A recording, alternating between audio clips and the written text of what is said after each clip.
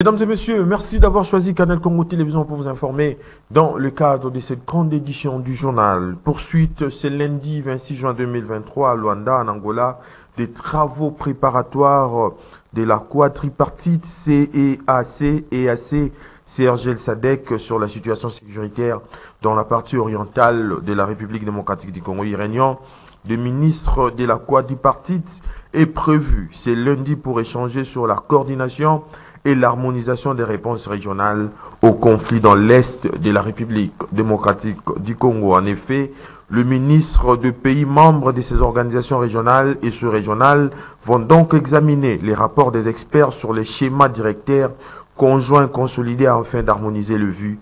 L'objectif étant d'arriver à une coordination de toutes les forces déployées dans l'Est de la République démocratique du Congo pour éviter les chevauchements dans leurs actions, afin d'aboutir à la pacification de l'Est de la République démocratique du Congo. Et puis, au cours d'une interview accordée à nos confrères de France 24, le président du Kenya, William Ruto, a promis que la République démocratique du Congo ne sera jamais abandonnée par le pays engagé dans la pacification de l'Est de la République démocratique du Congo. Depuis le déploiement des forces de l'EAC au Nord Kivu, la situation sécuritaire s'est nettement améliorée au Nord Kivu et l'avancée du M23 a été stoppée.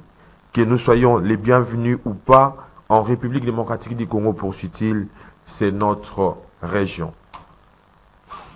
Le chef de l'État, Félix Antoine Tshisekedi Tshilombo, promet de s'attaquer à toute personne qui tenterait de mettre en danger plutôt la sécurité et la stabilité de la République démocratique du Congo. Le président de la République l'a dit dimanche en Mbujimayi au Kasaï oriental à l'occasion du jubilé d'argent de l'épiscopat de Monseigneur Bernard Kassanda. Suivez donc le président de la République, Félix Antoine Tshisekedi Tshilombo, dans cet extrait choisi pour vous par votre rédaction. Suivez.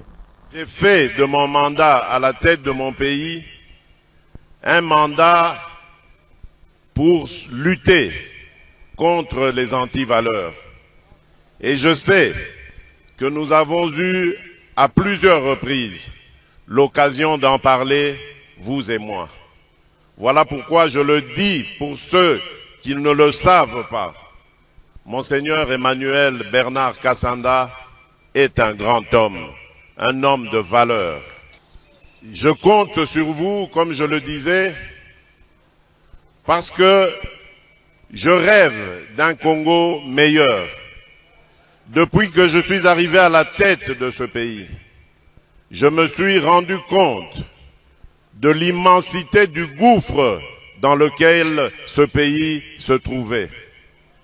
Et je dois m'appuyer sur des hommes et des femmes de valeur, des hommes tels que vous, pour réussir ma mission. Permettez-moi également, Monseigneur, de remercier et de rendre hommage à Monseigneur Marcel Outembi, ici présent, pour son discours et ses mots aimables et encourageants à mon endroit et à l'endroit de l'État congolais. Oui, Monseigneur Marcel, je crois aussi que l'État et l'Église, particulièrement l'Église catholique, ont l'obligation, je dis bien l'obligation et le devoir de collaborer, de marcher ensemble. Et c'est peut-être ici l'occasion pour moi de tirer la sonnette d'alarme par rapport à une certaine dérive constatée au sein de l'Église catholique. Tout à fait autre chose à présent. Depuis ce lundi 26 juin 2023, des épreuves certificatives de l'examen d'État édition 2022-2023 sur toute l'étendue du territoire de la République démocratique du Congo. Au total, 1 800 253 élèves répartis dans 8 273 centres prennent donc part à ces épreuves. L'EPGO a été donc lancé au Kasaï oriental par le ministre de l'enseignement primaire, secondaire et technique, Tony Mwabakazadi. Suivez. La session ordinaire de l'examen d'État 2023, qui va débuter dans quelques instants, attend la participation d'1 806 candidats, dont 411 621 filles, représentant 41%, et 691 185 garçons. Ces candidats seront répartis dans 2827 centres de passation, dont 17 sont situés en dehors des frontières nationales.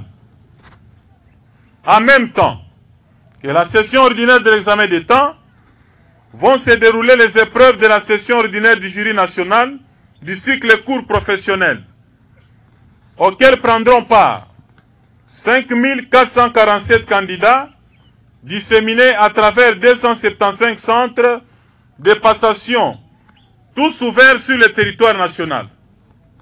1031 de ces candidats au jury national du cycle court professionnel sont des filles et 4416 des garçons. Ils représentent respectivement 19 et 81% de l'effectif total. Élection 2023 depuis ce lundi 26 juin 2023 de la réception des candidatures pour les législatives de 2023. Denis Kadima Kazadi a convoqué l'électorat le dimanche 25 juin 2023 dans la salle Apollinaire Malou Malou. Au cours de cette session, le président de la centrale électorale a annoncé une rencontre avec l'opposition politique congolaise dans le cadre de l'inclusion électorale. Nadine Tchoti-Gombo et Niwa Pezo étaient donc là pour les comptes du canal Congo Télévision et Radio Liberté Kinshasa. Suivez. C'est fait. La Commission électorale nationale indépendante a convoqué l'électorat pour les législatives de 2023. Au total, 171 bureaux de réception et traitement de candidatures sont ouverts dans toutes les antennes CENI pour recevoir et traiter les dossiers des candidats. Toutefois, le président de cette institution, Denis Kadima, a fait savoir à l'assistance venue pour la circonstance que par rapport à sa feuille de route, les contraintes liées à la sécurité et aux finances persistent toujours, car, dit-il, dans les territoires de Kwamout, au Maïndombe, par exemple, l'opération de l'identification et enrôlement des électeurs est reportée à une date ultérieure. Contrairement à son communiqué numéro 25 du 12 juin 2023, la CENI renvoie à une date ultérieure l'enrôlement des électeurs dans le territoire de Kwamout, dans la province de Maïndombe, en attendant la tenue d'ultimes consultations avec les autorités sécuritaires. S'agissant de l'inclusivité du processus électoral en cours, Denis Kadima Kazadi convie l'opposition à la table de discussion dans les tout prochains jours. Les membres de la CENI sont tous animés de bonne foi et d'un sens élevé d'éthique, raison pour laquelle la CENI agit en toute indépendance pour assurer le déroulement d'élections transparentes et dignes de confiance de l'opinion publique. C'est ainsi que j'annonce la tenue, dans les tout prochains jours, des rencontres avec des leaders politiques, particulièrement ceux de l'opposition. Cette démarche vise avant tout à explorer ensemble des solutions réalistes pour un processus plus inclusif. Dans un autre chapitre, Domu Benga, président fédéral du mouvement de libération du Congo, Moambade, a eu une réunion avec sa base habitant les quartiers Livoulou dans la commune d'Elemba, axée sur les enjeux politiques de l'ère. Profitant de l'occasion, les femmes qui les considèrent comme leurs leaders ont soumis leurs préoccupations liées notamment à l'insécurité dans cette partie du territoire de la République démocratique du Congo. Autre précision avec Georges Libengue et Nancy Ileka. Mama viva bino na bino moko mitema mabe awa na tani soki boyoka nezali boko kene musika. Dans le cadre du processus électoral en cours, le président fédéral du Mouvement de libération du Congo, Moamba II, Do Mombenga, s'est entretenu le week-end dernier avec sa base du quartier Livoulou dans la commune de Lemba sur les enjeux de l'heure, ceci afin de les conscientiser à faire un choix responsable lors des élections générales qui pointent à l'horizon. Occasion pour les femmes qui ont pris part à cette réunion de lui soumettre le problème auquel les habitants de ce coin du pays sont confrontés, notamment celui lié à l'insécurité, dans le but de solutionner ce mot qui prend de plus en plus des proportions inquiétantes. Nakoyi koloba ke MLC azana vision moko ya malamu.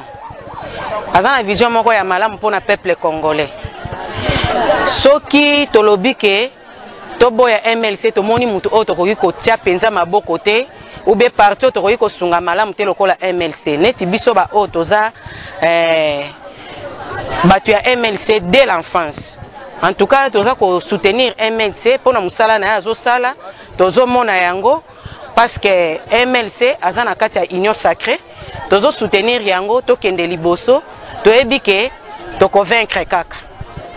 Masolo wana to ebike yende kolo mampinga kolo mundu kezali ndeye alonga toma banyama wana ya mike mike te amboka na biso na weza na kati mabota na biso bona biso tika la kimia to boy na biso masete maboko to bi na biso baje batu bakufa lokola biso ne balete to na pota ndi ya kimia na kati mboka na biso pe tozo senga na président na biso Igwe ya MLC musalo papa Félix apesa que notre président de la République apesa que tozo na pose ya ba Rwandais bazonga bisika ba wita asala musala tozo zela pena ke Igwe ne biso to kumisa ki na 2006 to mona yango siko ba Rwandais na bazonga batu wana to ko mona bango lisusu bazaba détracter bazo luka ko détruire biso. Dès là, Do Mombenga est allé se rendre compte de l'état d'avancement de l'érosion créée toujours au quartier Livoulou, ayant englouti plusieurs maisons d'habitation, ceci dans l'objectif de pallier tant soit peu à ces problèmes qui constituent un véritable frein au développement de cette municipalité. Et puis, la dynamique Maître Paul Djunga, structure spécialisée du mouvement de libération du Congo de Jean-Pierre Bemba Gombo, a procédé à l'inauguration dimanche 25 juin 2023 de son 7e bureau de permanence dans les districts de la Founas, précisément dans la commune de Bumbu. C'est le secrétaire général de cette formation politique, cher à Jean-Pierre Bemba Gombo, fidèle Baba Laoundou, qui a coupé le ruban symbolique. Le point avec Maxime Makabou et Yves Lechouang. Après Bandalungwa, Kalamu, Selemba, Ngiringiri, Kassavubu et Makala, la dynamique Maître Paul Djunga, structure spécialisée du mouvement de libération du Congo de Jean-Pierre Bemba Gombo, a procédé le dimanche 25 juin à l'inauguration de sa permanence dans la commune de Bumbu. Une cérémonie grandeur nature dont ont pris part le secrétaire général du MLC Fidel Babala et tant d'autres présidents des structures spécialisées du parti. Le secrétaire général de cette formation politique, cher au charman Jean-Pierre Bemba Fidel Babala, qui a coupé les ribons symboliques d'encourager Maître Paul Djunga, initiateur de la dynamique qui porte son nom, de son dynamisme en faveur de la représentativité du parti à travers Kinshasa, la capitale. Aussi a-t-il appelé la population de voter les candidats MLC à tous les niveaux des élections en vue d'obtenir plus de sièges. Prenant la parole, Maître Paul Djunga, qui se félicite de la réussite totale du dit événement, a tenu de rappeler aux uns et aux autres que l'inauguration de ces différentes permanences dont la FUNA s'inscrit dans la droite ligne de la politique de proximité prônée par le charman Jean-Pierre Bemba, question de se rapprocher davantage de la base. Écoutez, c'est dans la ligne droite même de l'esprit justement du mouvement de libération du Congo, le MLC, comme vous le savez, qui est un parti de masse, qui est un parti du peuple.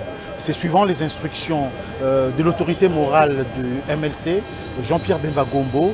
Si vous vous souvenez, lors de sa tournée à travers les communes de la ville de Kinshasa, il avait instruit le cadre du MLC de se rapprocher de la population, de créer cette vraie proximité. Mais bien entendu, nous sommes dans l'union sacrée. Le chef de l'État l'a si bien dit, le peuple d'abord. Et le sens de la politique, c'est être à l'écoute de la population. Ces bureaux que moi j'appelle des permanences sont des hauts lieux de rapprochement, de proximité avec la population pour devoir échanger sur la situation du pays et sur la façon d'entrevoir leur devenir. Oui, merci beaucoup. Je pense que nous sommes très satisfaits. Vous êtes sans ignorer que la FUNA district compte 7 communes. Aujourd'hui, nous sommes à l'inauguration de notre 7e bureau. C'est un motif de fierté, d'autant plus que, comme je le disais tout à l'heure, c'est le cadre qui nous permet de nous rapprocher de la population afin justement de recueillir leurs desiderata et les porter vers le gouvernement, vers les institutions. Et nous sommes sûrs justement qu'avec cette dynamique, nous serons le porte-voix de la FUNA très bientôt avec les élections qui vont arriver.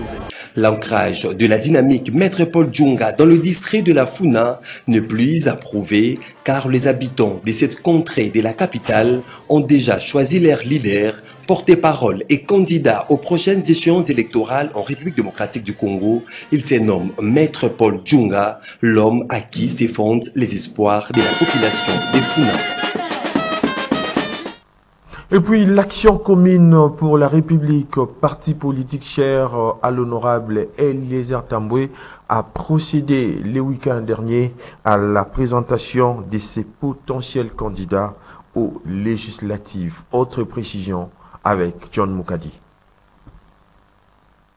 C'est au cours de l'échange patriotique et un rendez-vous hebdomadaire de l'Action commune pour la République qu'a eu lieu la présentation des candidats à différents niveaux des élections générales de décembre 2023.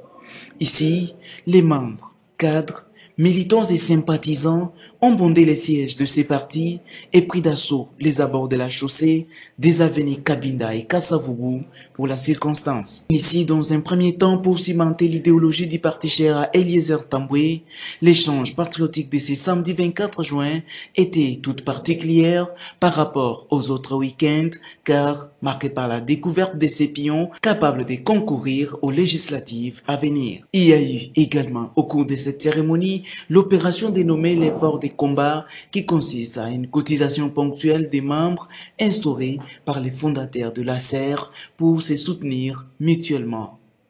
Eliezer Tambwe, autorité morale de ce parti politique, s'est exprimé en ces termes.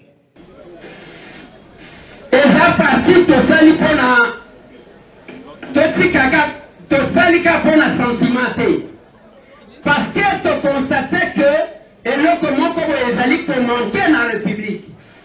Il y a Batou Baza sérieux. Et ça partie il y a Batou Baza déçu dans la politique à Mokaoul. À Sercho. Batou Yobasi ba monique makamwa ba politicien musala na bango lokuta, musala na bango koswana, musala na bango koyiba, musala na bango koboma. À Sercho. Yangwana lo bakarabino une chose. Et ça quand même le soni ya ozana parti politique ba yebi que président bango azamu yibi. Et la vote politique à la nanda côté. Il faut voter parce que ceux qui ont voté ba miyibi ba komema batuna bango ba ko voter ba miyibi. Tozokana. Et to ko souffrir biso nyonso. Il ne faut pas que voter par sentiment.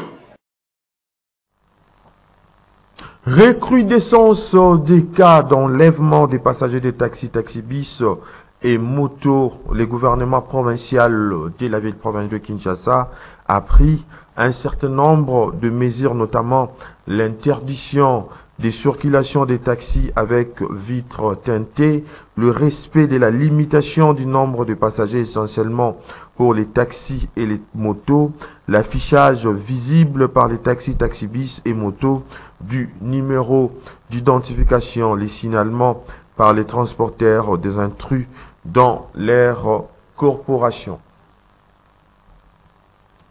Et puis, c'est parti pour les vacances dans les écoles maternelles de la ville province de Kinshasa.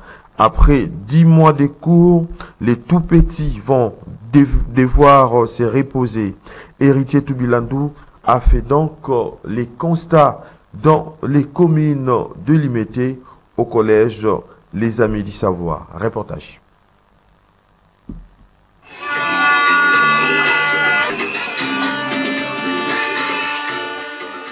Parents, enseignants, élèves s'y sont retrouvés à travers cette cérémonie marquant la clôture de l'année scolaire à l'école maternelle, ici au collège des Amis du Savoir, à Kingabwa Uzam, dans la commune de Limete.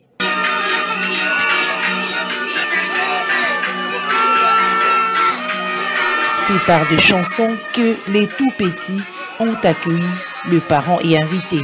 Une manifestation agrémentée par de scénettes, chansons, récital de poèmes, exhibition de danse par ceux qui sont dans leur premier pas aux études.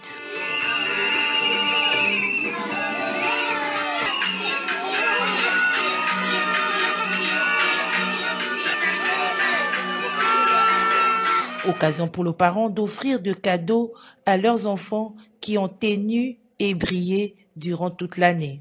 Lelo proclamation bana mwana nga la première maternelle aya kawa ayeba ki koloba te ayeba kotanga te donc akomo loba kitoko a rester lengi donc o eza vraiment école ya tangsa mwana donc na remercier vraiment monsieur le cordeau parce que azana organisation mo kitoko.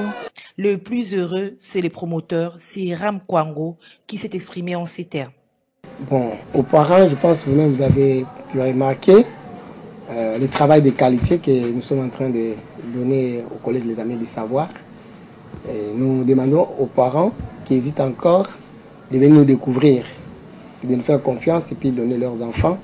Ils auront une formation intégrale et puis une formation de qualité.